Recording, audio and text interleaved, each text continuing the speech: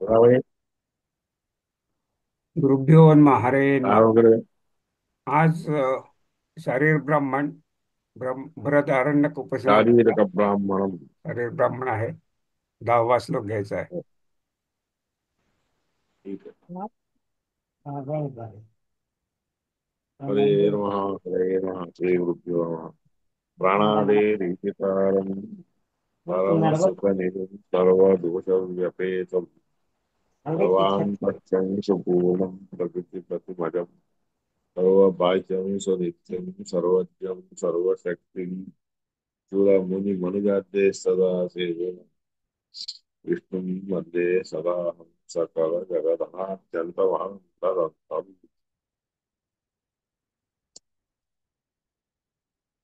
हरे.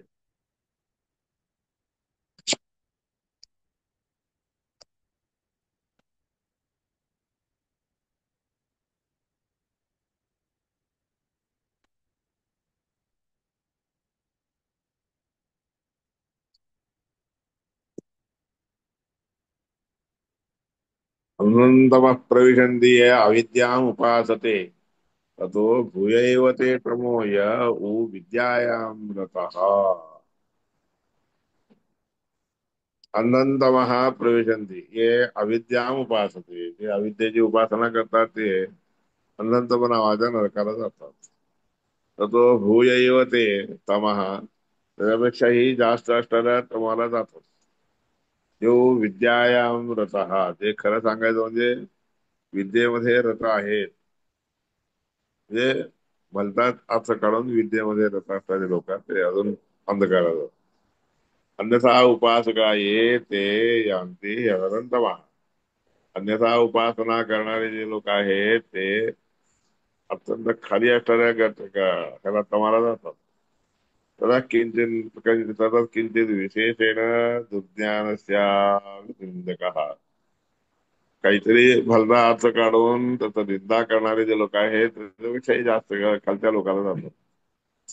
सम्यक आचार्य वचनम अवज्ञाय, आचार्यांचं वाक्य चांगल्या रीतीने न समजता विरोध करणारे असे जे लोक असतात की ते विरोधिनी सत्वबुद्धी यतः कुर्युः.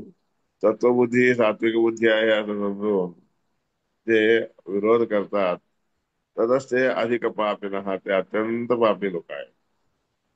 अप्राप्त त्यागिनः प्राप्त निष्ठाहीनो हि दोषवाद.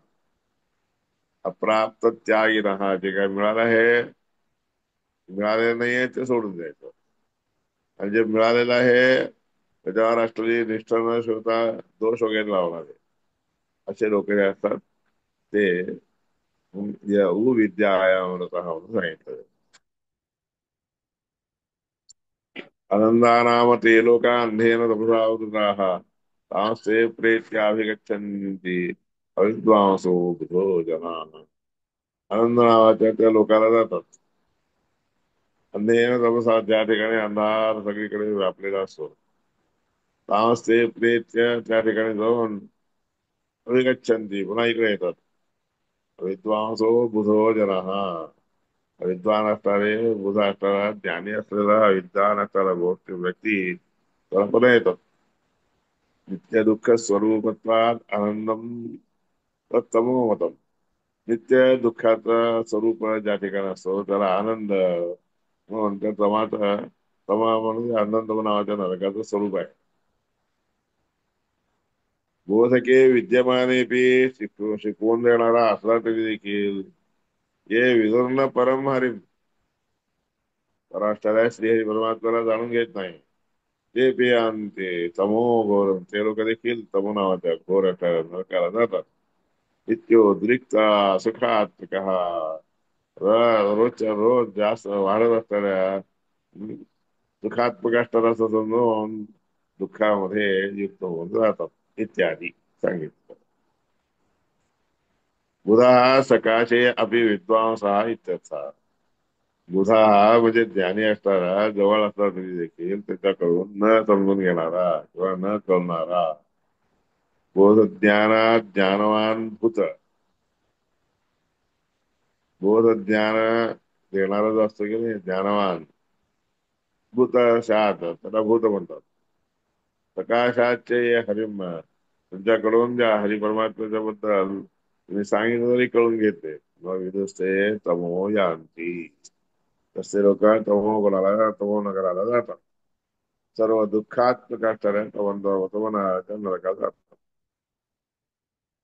आत्मानंचे द्विजानीयात अयमस्मीति पुरुषा किमिस किमिच्छन् कस्य काया कामाय शरीर म्हणून करे.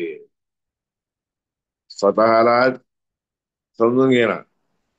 अयमस्मीति तोच मी हा पुरुष आहे असं समजून घेऊ. काय इच्छा करतो कोणाच्या कामासाठी म्हणून, शरीराच्या कामासाठी म्हणून सारखं त्याच्या मागे जातो, अनुसरण केले आणि त्याच्यामुळे संतप्त होतो. यदि जीव परमात्मानम अयम अस्मीति वेदितुम, जीव परमात्माला हा आहे असं समजून घेण्यासाठी योग्य असेल तर शरीर छेदादेह कथम दुःखी सदा होईल.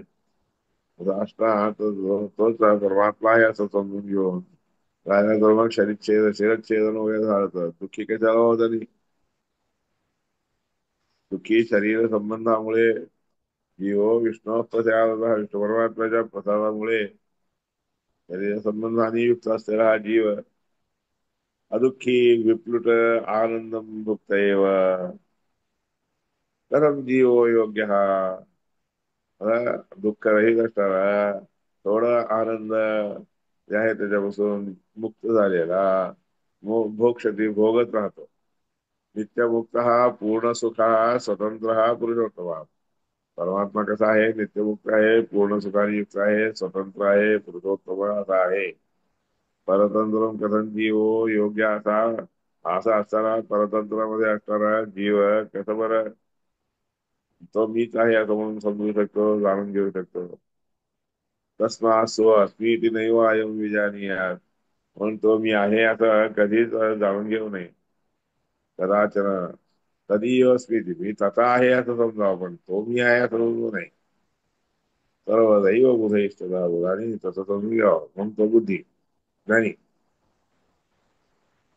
यस्यान्वितः प्रतिबुद्ध आत्मा अस्मिन् संदोगे गहने प्रविष्टा, ज्याला जाणून घेण्यासाठी निघतो आणि प्रतिबुद्ध आत्मा म्हणजे त्या आत्म्याबद्दल जाणून घेतलेला आहे असं त्या संदोहामध्ये त्या ह्याच्यामध्ये त्या चिंतनामध्ये गहन असणाऱ्या विचारामध्ये बसतो राहतो, समजत राहतो.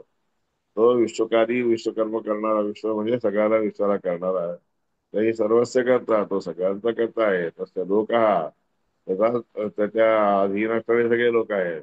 तो लोक तो सगळ्या लोकांना मुख्य आहे असं समजून घ्या.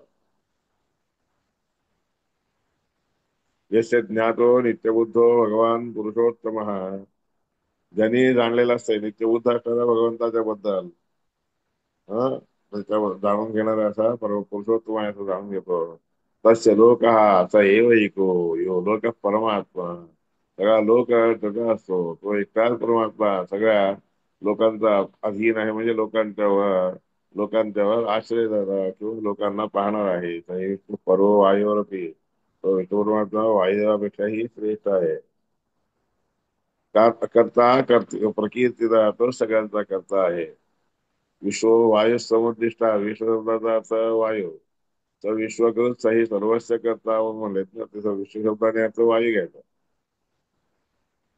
पूर्णत्वा जीवसंगता असंगता, जीवसंघामध्ये पूर्ण रूपाने असलेला तोच आहे.